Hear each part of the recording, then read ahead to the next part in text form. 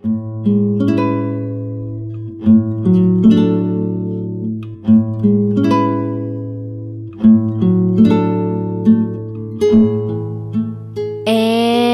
now,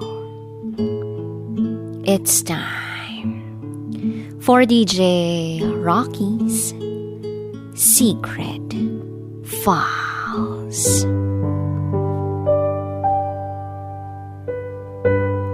Alam ko na kaya siya nandyan ay dahil may kailangan siya.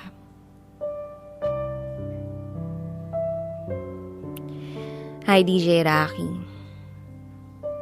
Isa ako sa mga tagapakinig mo. Natutuwa ako sa mga story ang binabasa mo. At may natututunan din ako. Minsan ay naaayon ang binabasa mo sa nararamdaman ko. Kaya naman eto ako. Nagbabahagi rin ang storya ko. Itago mo ako sa pangalang Gazini. At ito, ang aking secret file. Nagsimula ang lahat nung tumawag sa akin ang owner ng pinagtatrabahuhan ko. Manager ako sa isang restaurant.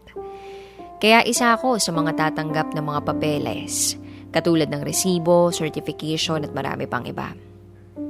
Then one day, may iniabot sa akin na envelope ang amo ko.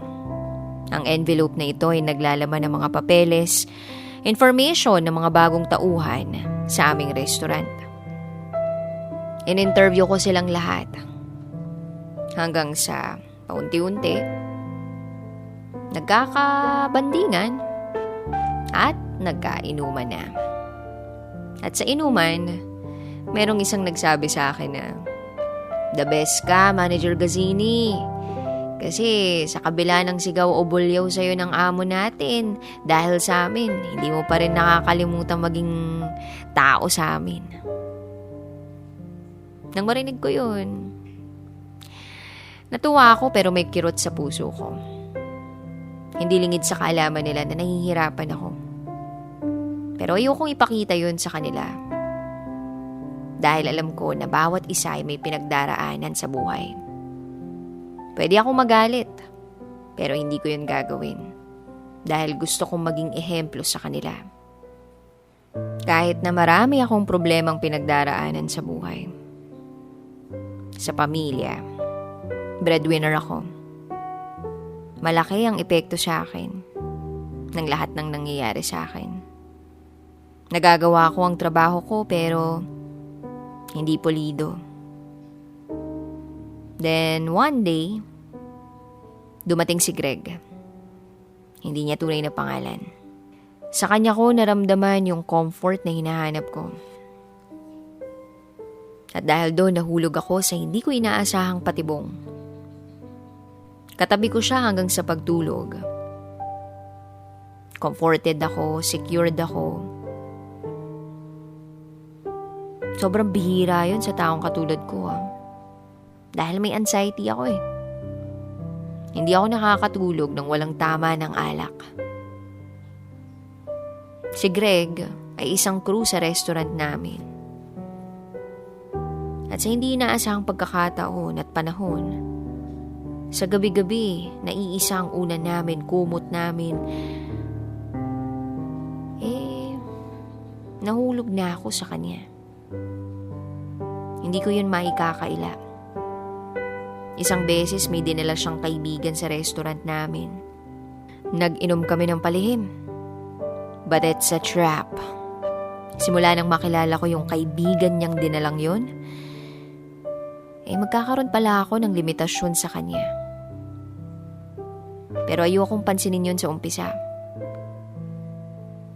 Sa paglipas ng panahon, dun ko mas nakita ang red flags.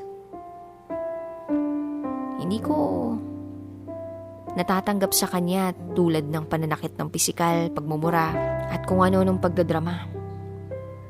Dumating sa puntong natanggal siya sa trabaho. Pero dahil manager nga ako, gumawa ako ng paraan para makabalik siya. nagtagumpay ako. At dahil nga sa matindi na yung nararamdaman ko para kay Greg, hinalikan ko siya sa kanyang pisngi. Nagulat siya sa ginawa ko. Simula noon nagbago ang lahat. Sa ibang mga katrabaho ko na lamang siya nakikitabi. Sa pagtulog, dun sa isang katrabaho pa namin na bakla rin, ang tinatabihan niya, na siyang ikinaseselos ko. Then kinumpronta niya ako. Bakit ko raw siya hinalikan sa pisngi? Naiwanan lamang nakabuka ang bibig ko. Naiisip ko, bakit big deal sa kanya yun samantalang halos makita na namin ang katawan ng isa't isa sa loob ng apartment. Gayun pa man, nagsorry ako. Nagtanga-tangahan pa rin. Tumutulong ng walang hinihintay na kapalit. Pero alam ko, sa kaibuturan ng aking puso, na naaabuso ako. Wala eh. Bulag na bulag ako sa pagmamahal. Alam ko na maaabot niya yung mga pangarap niya. At kailangan ko lang siyang tulungan. Kahit na walang-wala na ako, ibibigay ko pa sa kanya. Pero para sa kanya, kahit may nakukuha siya, isa pa rin akong hangin. Nakakadurog ng puso ang lahat ng mga nangyayari. Sa lahat ng mga itinulong ko sa kanya, wala naman ako pinagsisisihan. Wala naman akong pag-aalinlangan.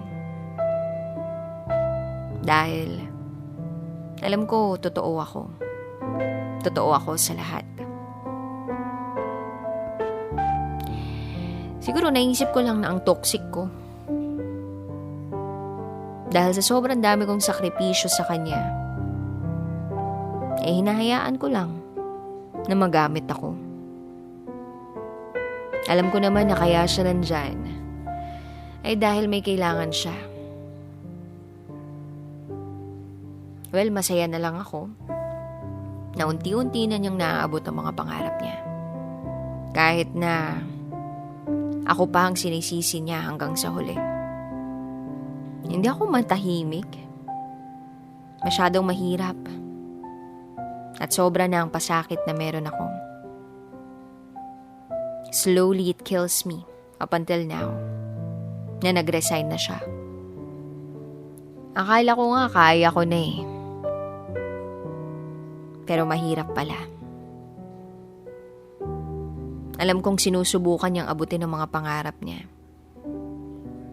May tiwala ako sa kanya. Alam kong kaya niya yun. At wala na akong ibang hiling, kundi ang kasiyahan at ang tagumpay niya. Hanggang dito na lang po, DJ Rocky. Maraming salamat. Muli, ako si Gazini at ito ang aking secret file.